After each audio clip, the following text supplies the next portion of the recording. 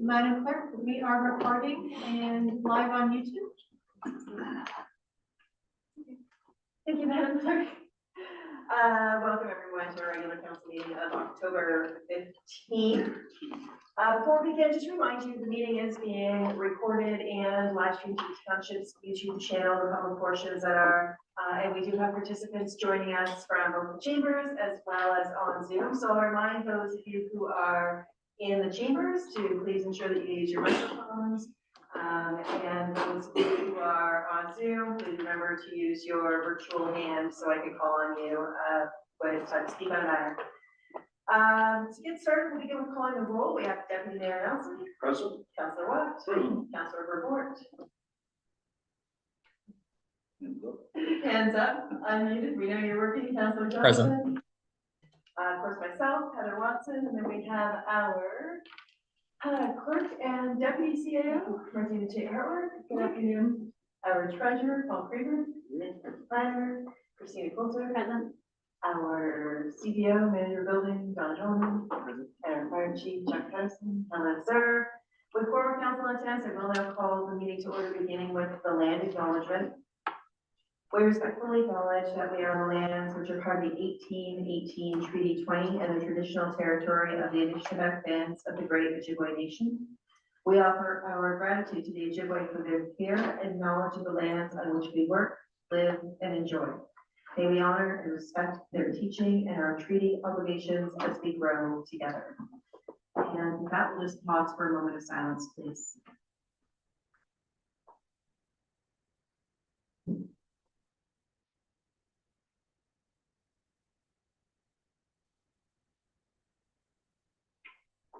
Okay, folks, the agenda was circulated before our meeting. Is there any disclosure of pecuniary interest? Seeing nothing, could I get an adoption of the revised agenda? Sorry, Deputy Mayor Nelson, Councillor Johnston, all in favor? And that motion carries. On to item number 6. We have the adoption of minutes and business horizon for the minutes. So we have our special council meeting minutes from October 1st and our regular council meeting minutes for the same date. Just a motion to adopt. Thank you, Councillor Watt. Seconded by Deputy Mayor Nelson. Sorry, I'm on the screen. All in favor, and that motion carries. We have 3 items on consent. Is there any item that council wishes to hold for discussion later in the agenda? Seeing nothing, could I get a motion to receive and approve those? Deputy Mayor Nelson, Councillor Johnston, all in favor? And that motion carries. Thank you. On to section 8, delegations, petitions, presentations, public meetings. So we do have a public meeting for 8.1 under zoning bylaw amendment file R10-24, which is the sewage systems public meeting report. So we'll look to council for a motion to open the public meeting. Councillor Johnston, seconded by Councillor Vervoort. All in favor, and that motion carries. And I will hand it over to Ms. Coulter to begin the meeting. Thank you, Mayor Watson, members of council, staff, and the public. This is the public meeting for proposed zoning bylaw amendment, file R-10-24. Council has before them report planning 2024-23 with the recommendation that the planning 2024-23 report dated October 15th, 2024 regarding file R-10-24 sewage systems be received, and that council receive all comments related to file R-10-24, and that the bylaw to enact the zoning bylaw amendment be passed at the appropriate time during the meeting. This report is in response to Building Department Report 2024-03, where council directed staff to amend the comprehensive zoning bylaw for the township with respect to sewage systems. Specifically, council requested that the setback requirement for septic systems from public and private roads be reduced from 15 meters to 3 meters, and that septic systems no longer be referred to as a structure in the zoning bylaw. Notice of public meeting was given on September 20th, 2024 by ordinary mail and email to all prescribed public bodies and to every person and public body that has provided a written request for notice. Notice of the public meeting was also published in the newspaper and posted on the township website. As of the writing of this report, no comments have been received from members of the public. Comments were received from the following agencies. Enbridge Gas had no objections to the application. Bell Canada does not generally comment on zoning bylaw amendments. If required, a follow-up email will be provided by Bell Canada to outline any input to be considered on the infrastructure/policy initiative circulation. There was no further comments from Bell Canada. The Pine Ridge District School Board did not identify any concerns or issues related to their mandate. The Autonomy Region Conservation Authority reviewed the proposed changes as it relates to their mandate and Ontario Regulation 41/24 and had no comments. Ministry of Transportation, MTO, had no concerns with the proposed amendment. However, they did request a copy of the decision and a statement in the bylaw indicating that properties located adjacent to a highway will be subject to the requirements of the ministry and that the requirements of the ministry will supersede any of the municipality.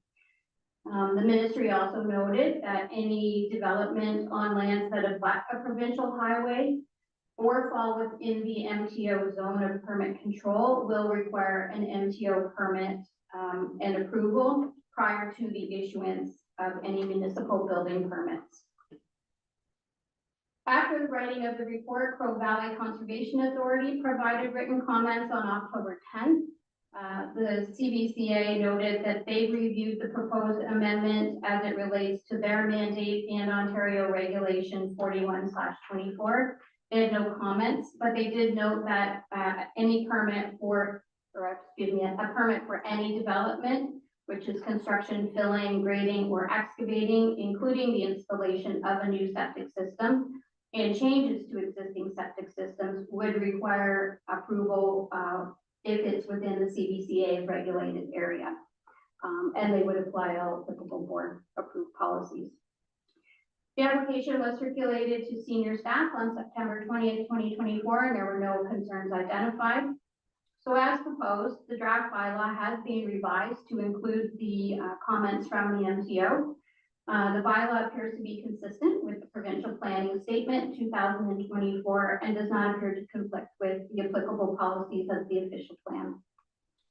The bylaw doesn't preclude the regulation of sewage systems in accordance with the Ontario Building Code. And with that, I will turn it back to you, Mayor Watson, for any questions from council or the public. And we do have our CBO here who will also support any questions that council or public may have. Wonderful, thank you very much, Ms. Coulter. So is there anybody in the room who wants to speak to the application at all in the public meeting? No? Madam Clerk, is there anybody on our online page? No, we have no one online. Okay, thank you. Council, questions of staff? No questions. Councilor Watt? No question, just comment. Excuse me. Thank you very much for looking into this for us. We, I guess it was back probably the 1st of January, by the number of the piece that was in there.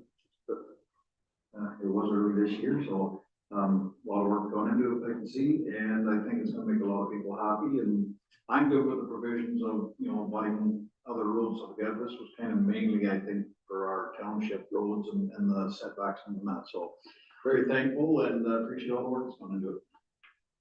Thank you, Councilor Watt. Any other questions or comments from council to staff? Deputy Mayor Nelson? Just one comment through you, Madam Mayor. Thanks very much for looking at this.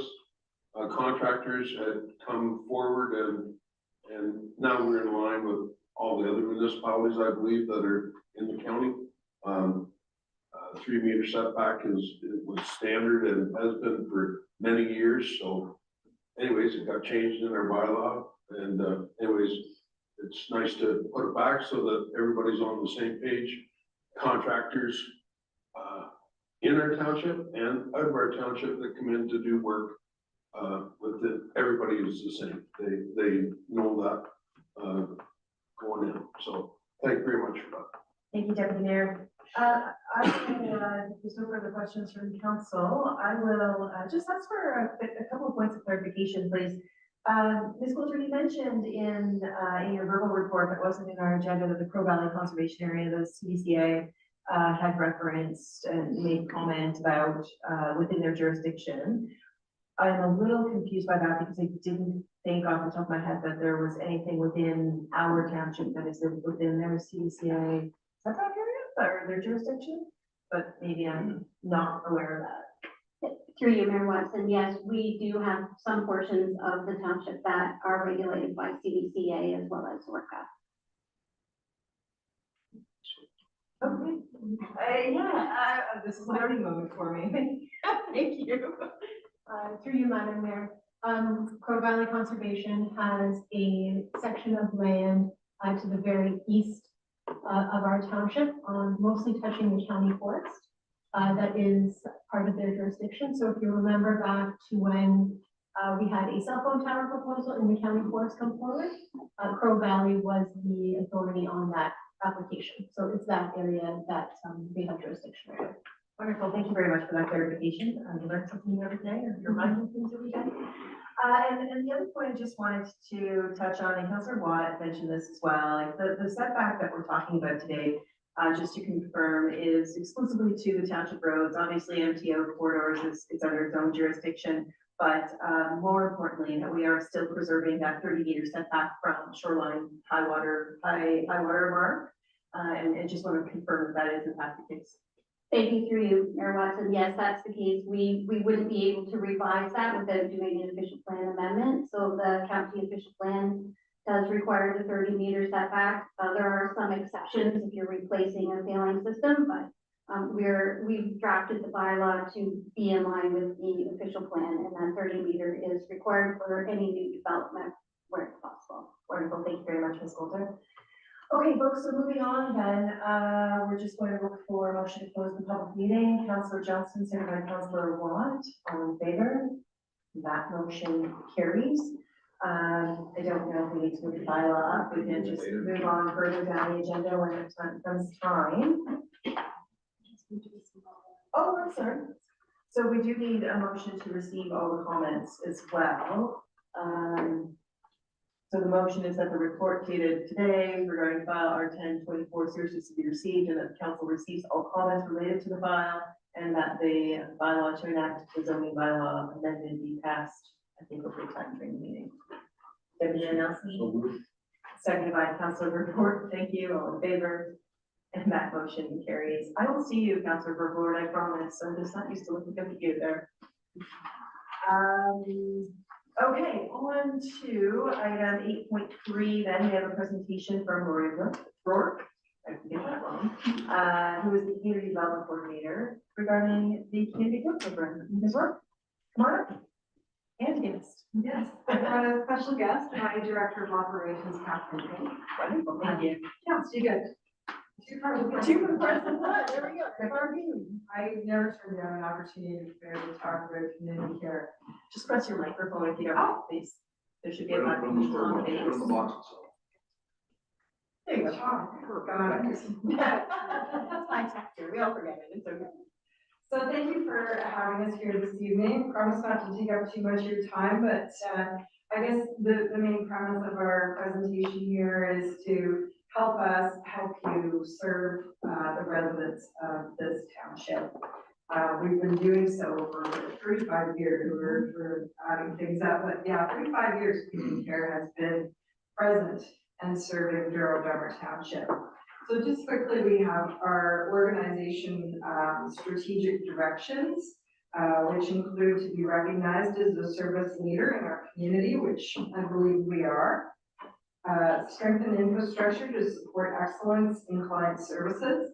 We just achieved our second accreditation and scored one of the highest scores ever achieved in the province. So we're quite proud of that.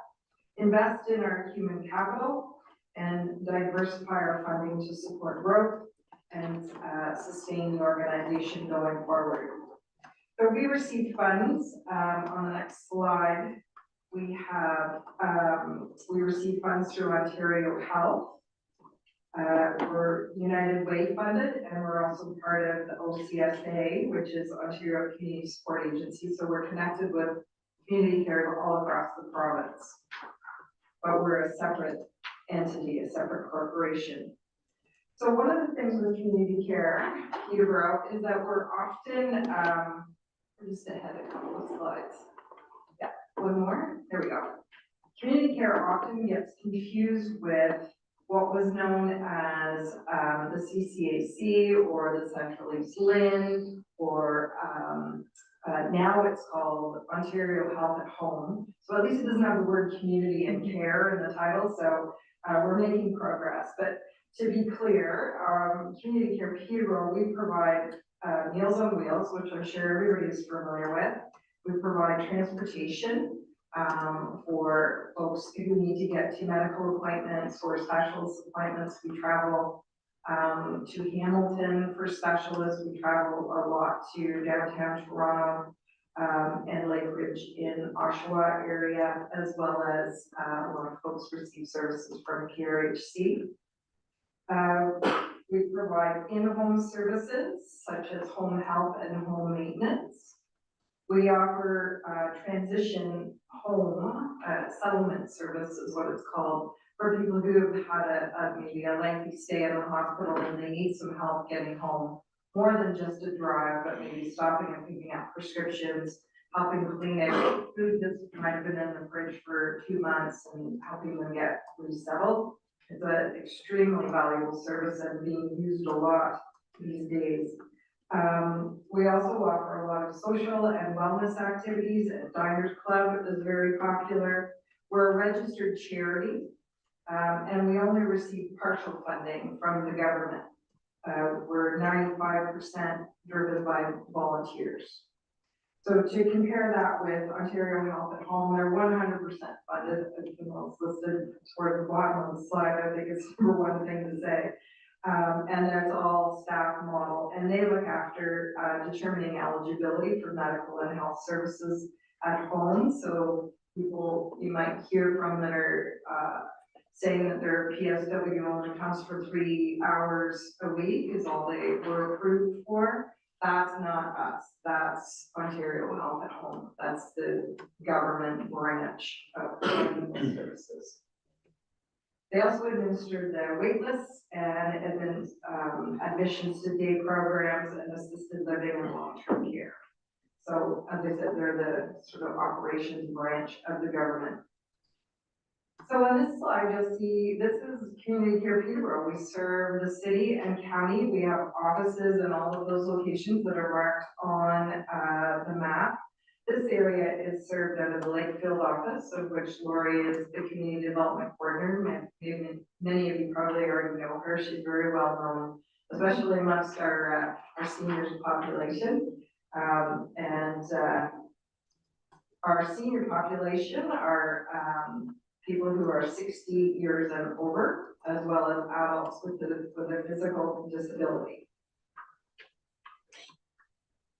The greatest challenge, the greatest concern of people as they age is one of maintaining their independence. And that's where community care comes in. It's our mission to help support people to live in their home as independently as possible for as long as possible. Now more than ever, people are don't want to move into a retirement home or don't want to move into a long-term care. So we provide services to the degree as possible to make sure that that is a reality for them. We can come to you is the title of the slide, meaning that we provide Meals on Wheels, which is more than just a meal. It is also a safety check. We have, as a result of our volunteers who deliver the meals, if someone doesn't answer their door, and they always answer their door when we arrive at 11:30, and today they didn't, there is follow-up, there is a protocol that goes into place, and, we have done many interventions, and called on, police services to come and do a wellness check, and found people who perhaps have had a fall and haven't been able to get up or answer the door, and we've been able to, save lives. It sounds dramatic, but, it's what we do. It's part of what our volunteers sign up for. We have hot and frozen options for our Meals on Wheels deliveries, as well as we have online ordering. And we also offer friendly in-home visits, so that's done by volunteers as well. I mentioned earlier that one of our most called upon services these days, they're really trying to move folks out of the hospital, being prepared for respiratory illnesses. So folks are being supported to move back home out of the hospital. So that requires a lot of coordination, including their transportation, PSW, and getting volunteer services set up for them so they can maintain their health at home. We also offer referrals for affordable home health and home maintenance.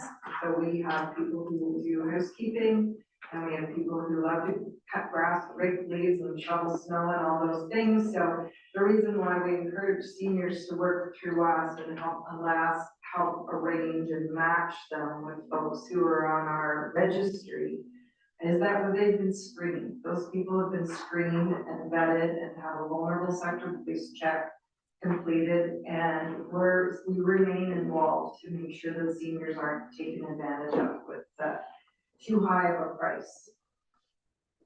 The one service we can't talk enough about is transportation. We have a large volunteer driver program. Volunteers are reimbursed for their expenses. So when we say volunteer driver, I think we lose a lot of people because we don't ever emphasize the fact that they are reimbursed. And they're just so critical and forgotten about in the whole healthcare spectrum, because they help get people to dialysis, they help get people to cancer treatment, and they're just invaluable. We don't know what we would do without them. And I'll also just touch on our accessible services. We have 2 care mobiles, which are owned by the county of Peterborough, and we operate them. So we hire the drivers and we look after the scheduling, and we serve all the way from Apsley to Millbrook to Havelock and everywhere in between. And we also have one additional accessible van that operates within the city. And these vehicles are not exclusively for people who use wheelchairs, but if they have no other option, a traditional conventional vehicle won't accommodate a wheelchair. So we make sure that these folks are served. Some of our other programs include medical equipment rental. So if you find yourself having to have a hip surgery and you need some equipment in your home after you return home, come talk to Lori because she can get you set up. As well as we have regular check-in calls. These are safety in nature, so they're set at a very specific time and we check in on people. One of the big growth areas in our organization is also our falls prevention and exercise classes. Those are hugely popular all around the county, and we're happy to provide those services. Yep. Now, Martina, thank you for playing along. Out of the US, our presentation was an afterthought, so thank you. We're at the last year at a glance, and across the community care Peterborough, we've serviced over 6,000 clients and delivered them 50,325 meals, 31,651 drives, 24,243 reassurance calls and visits, 340 home at last settlements, and that's helping people get home from hospital safely. So just to give you a little bit of the overview of the numbers of people that we're helping. And you know, we say we're helping seniors who are 60 and older and physically challenged adults, but it's also can be people who they've been in an accident or they've had surgery and they're recovering, so it can be a short-term help as well. and we're just heading on to the next slide. And we've seen our demand grow 51%. It's, yeah, so it's easier for you to look at this. But the number of seniors it's increased. We're expecting to see 150% more than to represent 40% of the total population in the city and county of Peterborough. So, yeah, we're growing, and I know about that. I've been around for 31 years, 35 or so in Lakefield, and I've seen it triple. When I started, we were just under 300 clients, and now there's over 1,100 on the roster. I would bet it's safe to say about half of them live in Douro-Dummer. And Douro-Dummer is also served a little bit by our Norwood office as well. So, so there's a growing population, as you know.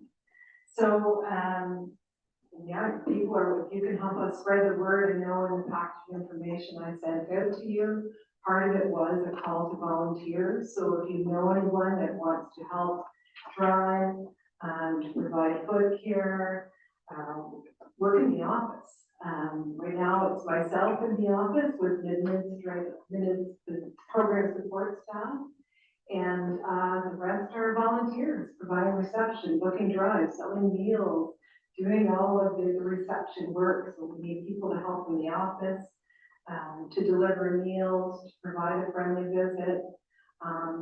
People that you'll see us on social media helping us with that, with photos, with fundraising, with all kinds of different ways for people to get involved. We work with students who need community support hours, or community service hours. Hopefully it shows us, to come and report us. So yeah, if you're looking for students, or you know of students who can help, certainly need them. And one of the main purposes of my coming here, our coming here today too, is to ask for your help in recruiting volunteers, spreading the word about our services. Still, people don't know what we do. Yeah, and we can go to the next slide, Martina. So, and in 2020, we were supported through the Warsaw Pastoral Charge in the Soldier churches and had some proceeds left over. They were kind enough and generous enough to donate to community care. And we were able to help subsidize our services for people in need. So that's getting people to dialysis 3 times a week for 4 hours in, delivering meals on wheels to people who need access to nutrition. And then some people need help with their housekeeping, just to keep things safe and clean. So It was set up as a designated fund. It didn't go to our bottom line challenges. It was a designated fund to serve this area. So, yeah, so we were helping them address their financial burden as well as the emotional stress that comes with all of that, experiencing having to pay for my transportation to get to dialysis. So we now have depleted that fund in 4 years. So we're hoping that the council might consider supporting us in that fund so that we can continue to offer service. Yeah, so we'd like you to consider helping us with that. And I know in transportation too, we talked about with Mayor Watson, just, you know, we have a link and we're partnering with the Township of Southland and providing that. That's coming up for review. We're hoping to explore ways to come into, I guess, to start the most westerly point of the township. So more into Donwood, Douro, hopefully encouraging some routes there. East. Yeah, it's west of here, but east of. But so we will certainly advocate for that. But in the meantime, we need to be able to support people. If you can help us, that would be great. And the other way is just on this last slide to help us by sponsoring an event, holding an event, making monthly donations, memorial gifts, and designated a legacy gift in the will. And we did bring that information as well. lots of different coming events, from flu shot clinics, hearing care clinics, connection cafes. We're partnering with the Lions right now in doing a 50-50 raffle online. So we try to be creative and work in a variety of ways and reach a variety of people. If you can help us, that would be wonderful. Thank you for your time. You're officially part of our network now, and I'll just recruit volunteer, if you know somebody that's looking for something to do, send them to Lori, or if you know somebody, I'm sure you get calls saying, well, I can't get my grass cut. Anything that seniors are needing, please, community care, and, let us know. Does anybody have any questions? We'd be happy to, anything that. Yeah, wonderful. Thank you both for your presentation. Councilor Johnston. You good, Kenneth? Cool. Yeah, thank you for your presentation. Just to cover, now you got your vehicles, so a lot of people must volunteer their own vehicles. They draw trips. Oh, yes, the volunteer drivers drive their own personal vehicles, and they're reimbursed for their expenses. We can't say they're paid to drive, because then that means they're a professional driver. So yeah, they're paid for their gas and wear and tear on their vehicle. Yeah, we have, I don't know how many volunteer drivers do we have? It would be a lot. Wakefield area is 40 some. Is that right? It's great. Yeah, so the two Caramel specialized transportation buses, vans are more for people who can't get themselves in that Wheelchair. Yeah.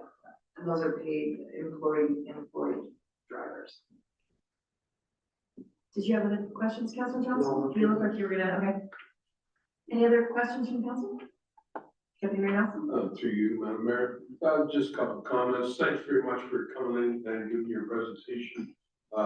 It's a very valuable service for the whole community and the whole county, actually, for that matter.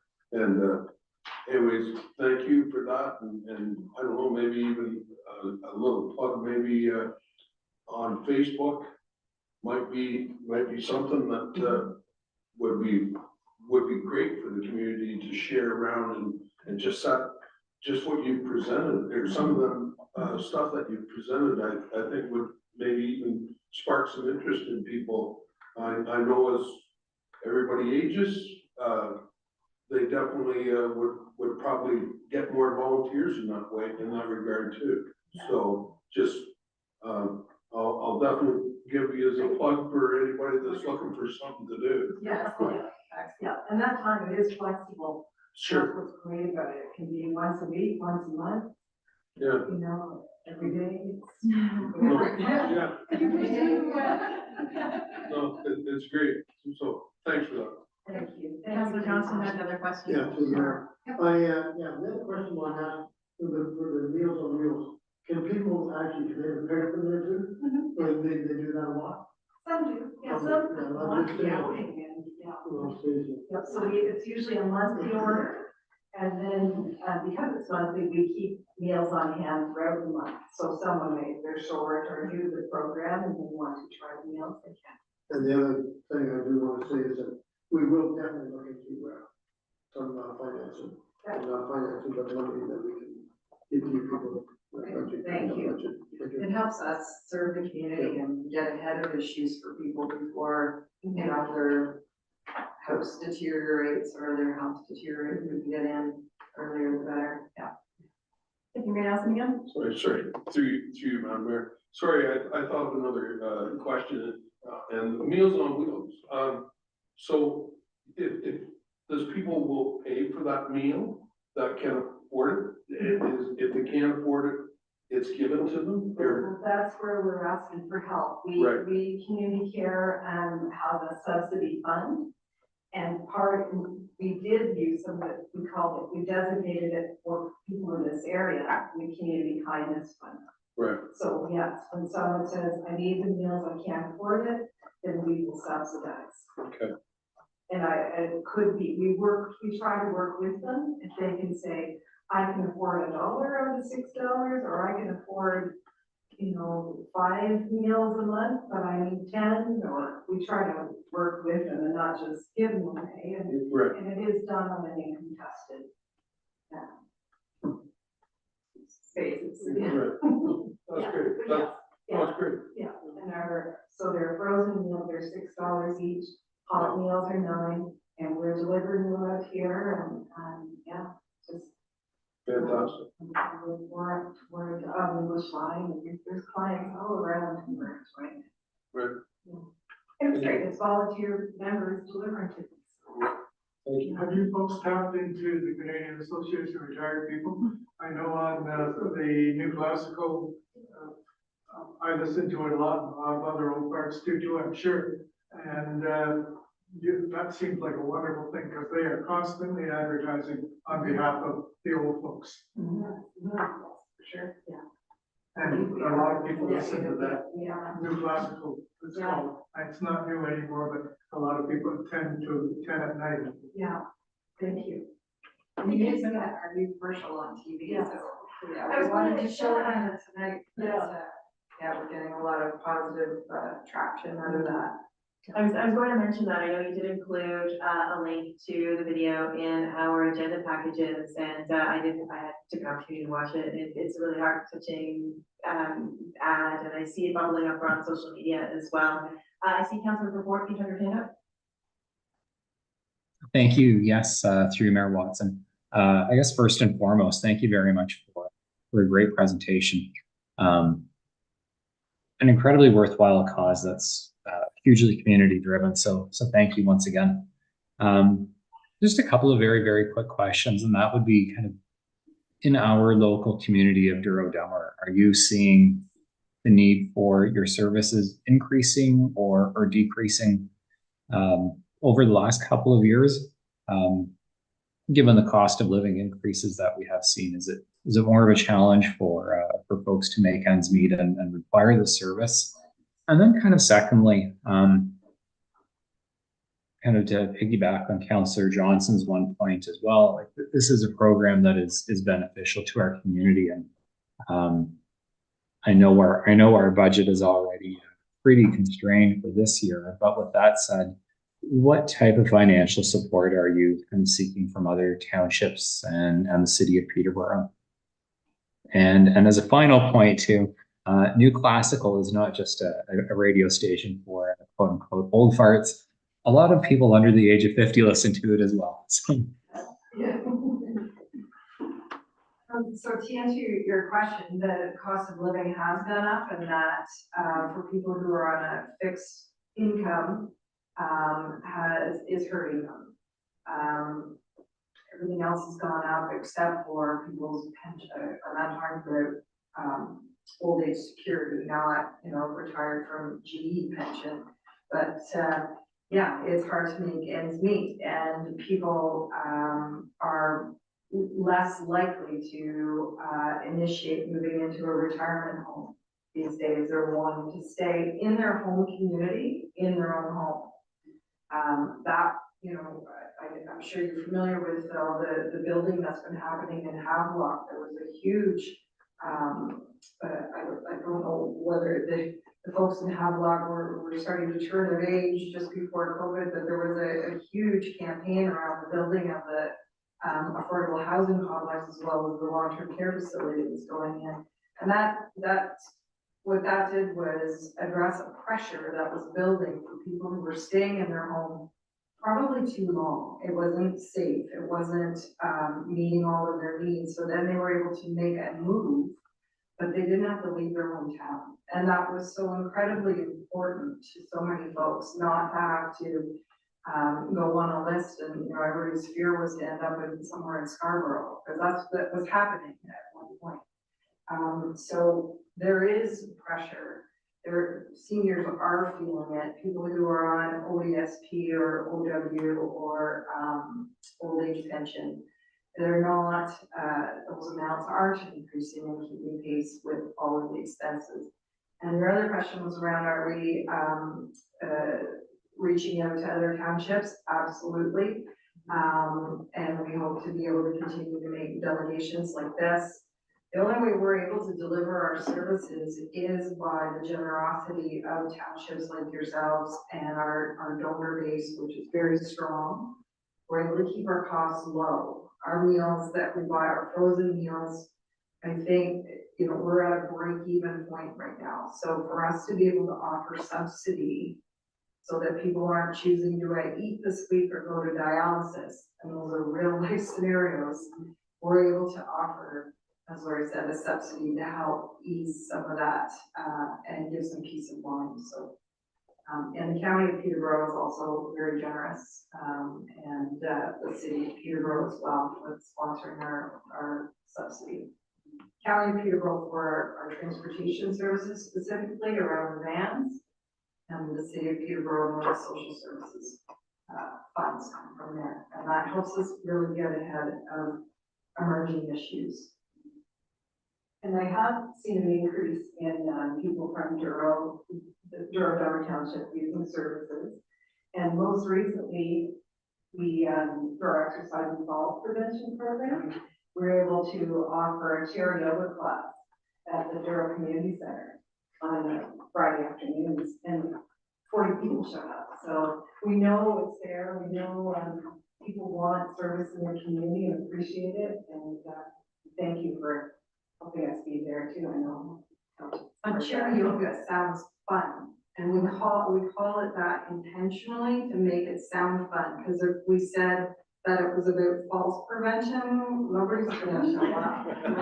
So it really is about prevention and balance and muscle training, and so yeah, it's called chair yoga, which, you know, when you're asking for funds to support, why would we do that? But it's about health prevention, keeping people strong, as well as the social element as well. I mean, people are suffered greatly during the pandemic, and social isolation took a terrible toll. So getting back together and having some laughs and getting our bodies strong is very important. Thank you. Councilor Watt, you look like you were gonna say something. Oh, I'm sorry, I cut my title. Just a big thank you very much for coming out this evening and offering this presentation to us. I'd like to make a motion that we receive the delegation with thanks, and that we add in for the 2025 budget. We ask staff to look at it. Staff looking at adding a donation of some kind or whatever, some financial assistance in our 2025 budget for deliberation. Thank you. Thank you very much. Thank you, ladies. By all means, you can have a seat now. We've kept you long enough. Thank you all very much. Thank you. Just call Lori Lakeville, she'll be happy to answer all come back or whatever. Lori, can I just get you to turn off the talk button on the microphone, please? Thank you very much. Yeah, we're good.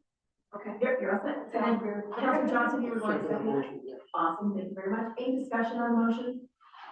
The only thing I would add, depending on how this shakes out in the budget, ladies, for your own knowledge, we do have a grant program as well, a community grant program for organizations such as yours, grassroots organizations that are offering services in the community. So depending on how things work on the budget side of things, there might be some funding there that you can also tap into as well.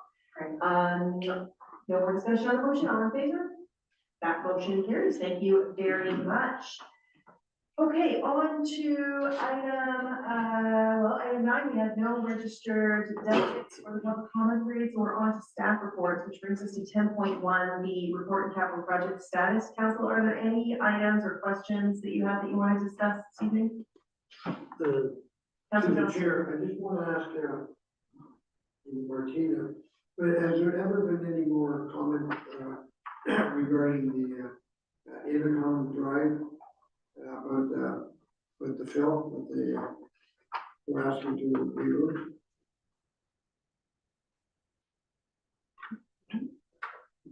Through you, Madam Mayor, I don't have an update on that, but I can bring something back to council.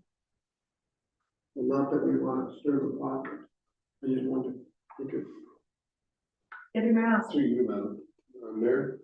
Just had a question on the roof repair on the slope roof. Was there any more, any update on that? Or on the slope roof? Just going into winter, I just thought maybe.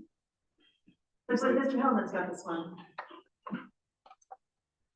Through you, Madam Mayor, I believe that we're still, last year we made it through without any leaks. So there was a bit of repair done to heat cabling and some trough, making sure that the water runs away. It seemed to have worked. We didn't get any leaks last winter, so we're going to continue just to monitor that and hope that repairs happen.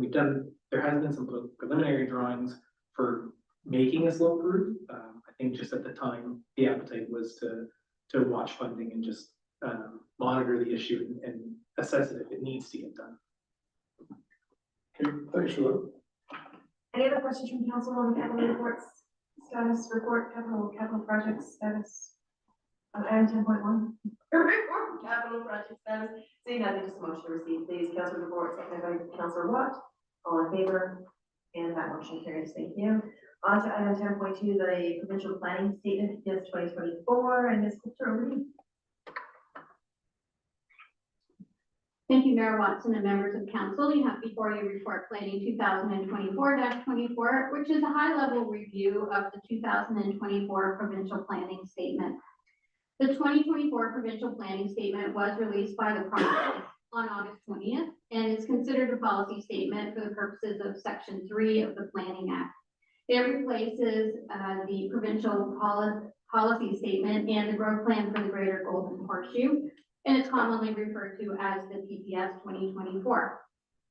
Effective October 20th, 2024, and subject to any transition regulations, all municipal decisions, as well as comments, submissions, or advice affecting planning matters will be required to be consistent with the PPS 2024. The report before you outlines some of the PPS policies that are applicable to the township. I'll just highlight a few of them. Policy 4.3.25 permits up to 2 additional residential units in prime agricultural areas, and at least one of those additional residential units must be located within or attached to the principal dwelling. The policies in the PPS continue to require that municipalities plan for, protect, and preserve employment areas, identify a natural heritage system, use an agricultural system approach, and protect mineral aggregate resources for the long-term use. This PPS 2024 was developed prior to the province providing a decision on the new county and township official plan, which was adopted on June 29th, 2022. On September 6th, the Minister of Municipal Affairs and Housing did request that the county repeal the bylaw, which adopted the official plan, to afford the county the ability to revisit aspects of the official plan to ensure alignment of local land use planning policies and interest with the new PPS. County Council requested that county planning staff review the minister's correspondence and bring a report to council at a future meeting. As of the writing of this report, that report has not been presented to County Council. I think with that, I'll turn it back to you, Mayor Watson, for any questions from council. Thank you, Ms. Coulter. Questions from council? Seeing nothing, I've got a couple of questions. Ms. Coulter, you did mention even verbally in your summary about the ARU on what's the point now, but secondary units and tertiary units on properties. It seems a little unclear about that one of those 3 ARUs needs to be in the existing structure in addition to the existing structure or an existing structure. Is there any comment at this point on how the timing of that would work? If somebody wants to put in a second unit and it's detached, do they then have to put it in an inclusive unit within the building envelope? Or do they have to do that first one within the building envelope first? Or can you elaborate, or do you have any knowledge that you can? Thank you, Mayor Watson, through you. So first of all, I will say that the province is offering training sessions to municipal planning staff. So I am registered for that training. It's going to occur later in this month. So one of the things that the PPS does say is that the additional residential units will be permitted in accordance with provincial guidance. So we will be looking to additional provincial direction on how those units will be permitted, but it is 2 units. And in terms of my interpretation, You're allowed up to 2 units if there's a primary structure, so that would mean there would be 3 total on the property, one of which has to be in the primary dwelling unit or attached to it. In terms of the timing, it does not specify whether you can have a detached unit first. And then when you're coming back for a second unit, it has to be within the primary dwelling unit. But I think so far you get to whichever order you're putting them in, that would be how I'm interpreting it until further training is received. Understood, thank you very much. The other question I had was on the point below that, or no, attached to that, the agricultural system approach that you referenced. So this goes back to the soil mapping. Does it go back to the soil mapping? Because I know one of the broader concerns that we've had in Douro-Dummer Township, and I've had multiple conversations with our NPP about, is, you know, much of the agricultural lands within Douro-Dummer Township are considered to be prime agricultural lands and undevelopable for that reason, according to the soil mapping. However, many of us know that some of the prime agriculture soil you can grow rocks on, like we're on Drumlins, and you know, it's not really accurate. So I've been led to believe by the MPP that there's maybe new soil mapping coming down the pipe at some point in the future. But in the meantime, I'm assuming that this now is taking into consideration the agricultural mapping from long ago that may or may not be all that accurate. Is that true? Through you, Mayor Watson. So there's a couple of things that are taking place. I think the agricultural system mapping is a provincial system of mapping. So the province provided that agricultural system. We were required to implement it through the growth plan into the official plan. It didn't just look at prime agricultural lands in terms of soil. It also looked at areas where agricultural activity was taking place, maybe not on class 1 to 3 soils, but it was a predominant activity in the area. The province is, to my understanding, doing some new soil classification mapping. The mapping that we have right now is from the 70s, I believe, so they are updating it, but it's all part and parcel. So it's not just solely based on the soil. It's also based on the use, connectivity, are there existing agricultural uses in the area? And then agricultural uses aren't just about growing crops, obviously. It's also about can the land sustain livestock or other types of greenhouse uses, that type of thing. So we still are required to implement an agricultural system, and it will be informed by all of those, I believe. And that will get implemented through our official plan. But at this point, again, we are waiting to see how that all unfolds and what that looks like. Understood, thank you very much. Any other questions from council? Seeing nothing, motion to receive this would probably be all that's necessary. Councilor Report, second by Councilor Johnston. All in favor? And that motion carries. On to item 10.3, purchasing report, and that's going over to Mr. Kramer. Thank you, and through you, Madam Mayor. First, I'd just like to give some background on this report. This report is providing the results of the procurement that we completed to purchase 2 fire pumpers. So, some background in the 2024 budget, staff outlined that the township is due to replace pumpers in 2024 and in 2026. However, there's a 2-year delivery time frame on fire apparatus. So to ensure that the replacement pumpers would be received when needed, that staff would proceed and procure 2 trucks and report back to council. So staff completed an RFP process. We had 3 bidders. After evaluation, the successful bidder was Canyon's Carl Tebow Inc. Tebow met all of our requested specifications and also offered the lowest price. The proposed apparatus is a 2026, so model year 2026, Freightliner M2106. The expected delivery timeframe is within 24 months of an agreement date. Just for some further background, it should also be noted that TiVo provided the township with our previous pumper, which we received in 2023. I think we ordered it in 2021 or 2022. Have to double check notes on that. For the financial aspect of this report, the proposed price from TiVo is $651,000 per truck for a total of $1.3 million. However, included in the proposal is an option for a progressive payment of the contract. So essentially, we have the option to purchase the chassis once the chassis has been provided to TiVo. If we proceed with this, they would be reducing our purchase price by approximately $14,500 per truck, so a total of $29,000. I didn't include this in my report, but kind of thought it would be pertinent in terms of the decision making on that. So some high level assumptions to make a decision on that would be, we estimate a cost of the chassis at $250,000. We estimate that this payment would need to be made approximately a year in advance of final payment. So we're giving up that opportunity to invest that money.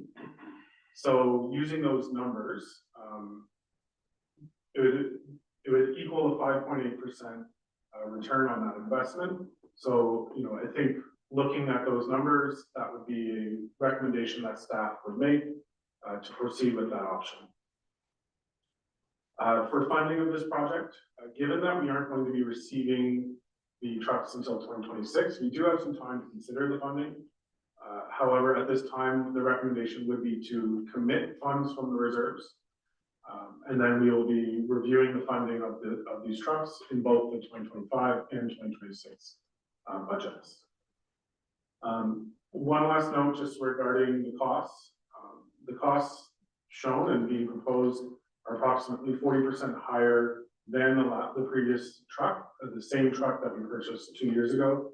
I think it just goes to show that, hopefully with inflation getting under control, that these costs stop increasing, but we are definitely in a new world in terms of costs that townships are going to be paying for, all equipment, but especially fire apparatus, it appears. Thank you very much for that, Mr. Kramer. Councillor Johnson. To the chair, I've got a couple of questions. One is that, on your statement here, on November 14th, 2024, budget working session, we passed the following motion. It's not even November 14th yet, so I wonder how we passed that. Anyways, it just must be a misprint. Through you, Mayor, that must be a misprint. Should have been read 2023. All right, and I guess my other question to our chief is that we get these trucks. I think we're going to be able to fit into any of our buildings, existing buildings. Through the chair to Councilor Johnson, as mentioned in the committee of the whole report, these two vehicles won't fit where they're supposed to be going, but we can accommodate them in the short term while we get those buildings sorted out. Like I said, if they're 20-year trucks, we anticipate that we're going to have those issues resolved long before then. So we don't want to buy the wrong truck and live with the wrong truck for the remainder of that time. Thank you. Any other questions from council? I'd like to make a motion whenever you're ready for it. Okay, I just have a question I wanted to ask before I'll take that motion. I'll come back around. Any other questions from council on this? Mr. Kramer, or perhaps Chief Pedersen, I remember a story, I just did a quick little Google search on this, back in 2014, it happened that a manufacturer of fire trucks went out of business and left the town of Uxbridge out about $250,000, ironically, on deposits for, seems like the same kind of payment scheme, good, bad, or otherwise. I mean, I know that you have referenced in the report, Mr. Kramer, that that we have purchased from this vendor before, but is this a risk that we'd be looking at, when we're looking at the ROI, 5.8%, would be the ROI on the 14,000 discount of 250,000, plus or minus per year. Is it worth the risk if we know that we can net the difference even at low rates at 3% and just have a sure thing, know that we've got the security of that money as opposed to tying it up with a company that may or may not be able to deliver. Yeah, so very good question. It's something that we have, certainly thought of. So there's other ways to make some savings, but it comes with risk that we wouldn't recommend. So the progressive payment on a chassis, worst case scenario, is once we purchase the chassis goes into the township's name. So that's different than just paying for the chassis and not getting it in our name. That's when you get into the bailiff shuts the door and what belongs to who.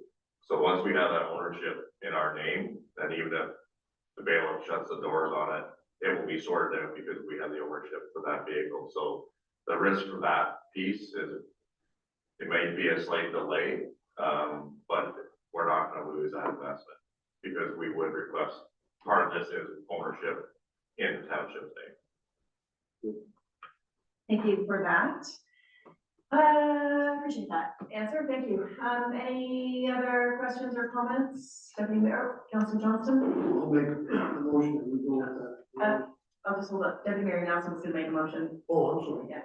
I don't know if it's the same motion on it. She said you wanted to make a motion, so I just wanted I was to. gonna make a motion to go ahead with the recommendation and to move forward with, purchasing the chassis ahead of time as recommended in the report by, our treasurer. Okay, thank you. Thank Councilor Johnson and the city. You're okay with that, for seconding that? Any discussion on the motion? All in favor? And that motion carries. Thank you very much. On to item 10.4, the request to stop up, close and sell part of the 6 line road north Dummer, and that's going over to our clerk, Ms. Chairman. Thank you, Madam Mayor. So the report that's before you is regarding a request from Mr. Little to stop up, close and sell part of the 6 line north road allowance. Council previously received a report on this request on August 6th. At that time, council had requested or had provided direction to staff that we begin working through the policy as outlined in policy T6 and bring back a report once the public commenting period is closed. So we did do a public circulation. All properties within, I think it's 1,000 meters of the road allowance were circulated and received notice regarding the request. We also put a notice on our website in the news section. And we have not received any comments for or against this application, and there's been no phone calls or inquiries. So we're bringing this back to council. Staff are, based on that public correspondence, staff are recommending that we continue to move forward with the stop up and close and sale of this these 2 sections of road to Mr. Little. That we ask for a deposit, which is part of the policy, and further that we use the same funding formula that was used for the most recent request from council and apply that to this property as well, as it's already been appraised and the value was previously set. So that's what staff is recommending, requesting, and so I'm here to answer any questions and seek direction from council. Thank you, Madam Clerk. Council. Councilor Watt. Thank you, through Madam Mayor. Madam Clerk, can you tell me, number one, the money that we get from these sales, what does it go? Does it just go to general coffers, or is there a specific place it goes to for specific uses down the road?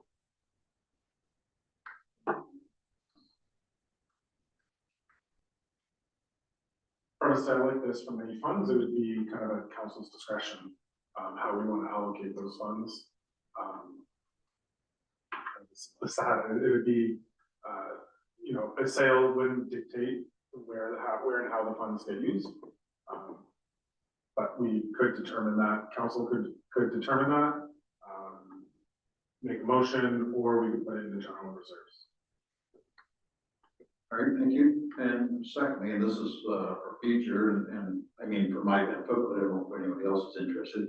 Could we get a breakdown in a closed session in the future as to how much each of the properties is, what the costs are that are associated, because the township has no cost, that's correct, that the recipients both pay for everything, so yeah, just a breakdown of how much it is, and then we know how much money there is, period, and maybe at that time we can make a decision on where we'd like it to go or what we'd like to do with it. Thank you. Through you, Madam Mayor. So as part of the policy, staff does bring back an actual bylaw for the sale of the property, which will outline the costs that not only the township is recouping, but also the gain we're receiving from the sale of that land. So that's actually done in open session, so it's available to the public.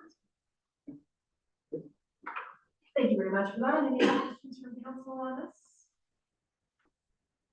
Councilor Johnston? No, I just want to make a motion that we follow the request to propose and the code, the south part of the 6-line number. Okay, so the recommendation that's as it's written. Yes. Thank you very much. Anyone want to second that? Deputy Mayor Nelson, any discussion on the motion? All in favor? And that motion carries. Okay, on to committee minutes and other reports. We have our committee of the whole meeting minutes from October 8th. Just a motion on those. Deputy Mayor Nelson, seconded by I'll second. Councilor Johnston. Any discussion? All in favor? That motion carries. And on to correspondence. We've got a number of items here. We'll go through one by one. We've got the Ontario Big City Mayor's request to support the quote, solve the crisis campaign. Motion to do, Deputy Mayor Nelson? I'd like to, just receive, Motion to receive. motion to receive. Councilor Watt, you want to second that? Any discussion on the motion? All in favor? That motion carries. 12.2, the town of Coburg, resolution regarding involuntary care for individuals with severe mental health and addiction issues. Councilor Verboort. Through you, Mayor Watson, I would like to receive and support. Councilor, excuse me, Councilor Johnson, will second that? Any discussion? All in favor? Sorry, can you just get hands up on that? I've got 3 hands up, that carries. On to item 12.3, Town of Bradford West Willery, resolution regarding Ontario Deposit Return Program. What would you like to do with this? Motion just received. Councilor Watt, a motion to receive. Deputy Mayor Nelson will second that. Any discussion on the motion? All in favor? And that motion carries. Okay, we have in section 13 of our bylaws, we've got 2 before us. We'll do 2 separate motions for these. So the first is to assume certain parcels in the township road system. Those are for severance files as noted. A motion on that, please, Councilor Watt. Second by Deputy Mayor Nelson, all in favor? And that motion carries. And then we have 13.2 item, which is the comprehensive zoning bylaw sewage systems change. Deputy Mayor Nelson will make that motion, seconded by Councilor Johnston. All in favor? And that motion carries. We have no reports derived from previous notice of motion. Are there any notices of motion? Nothing. Any announcements? Okay, what you think, Councilor Johnston? Just want to make one announcement. We're starting first month of November. Our next conference was having the breakfast at the Douro Hall, which we do every year. And we have a big turnout from the Warsaw people. So I just want everybody to know that it's back on this first Sunday of November. Thank you very much. That's a tricky day. Lots of people head out of town that afternoon, I'm sure. Any other announcements? Seeing nothing at this point, it is time for us to go into closed session. So I'll ask those who are in the gallery to please depart while we go into closed. And, the reasons as stated on the agenda, are subject to solicitor client privilege. I'll make a motion to go. Councillor Watt will make that with a 2-minute break, seconded by Deputy Mayor Nelson, all in favor. And that motion carries. Councillor Report, we're gonna take a couple of minutes just to reset the room. We will rejoin at 6:13. You can stay exactly where you are, Councillor Report. You don't need a new link. Thank you.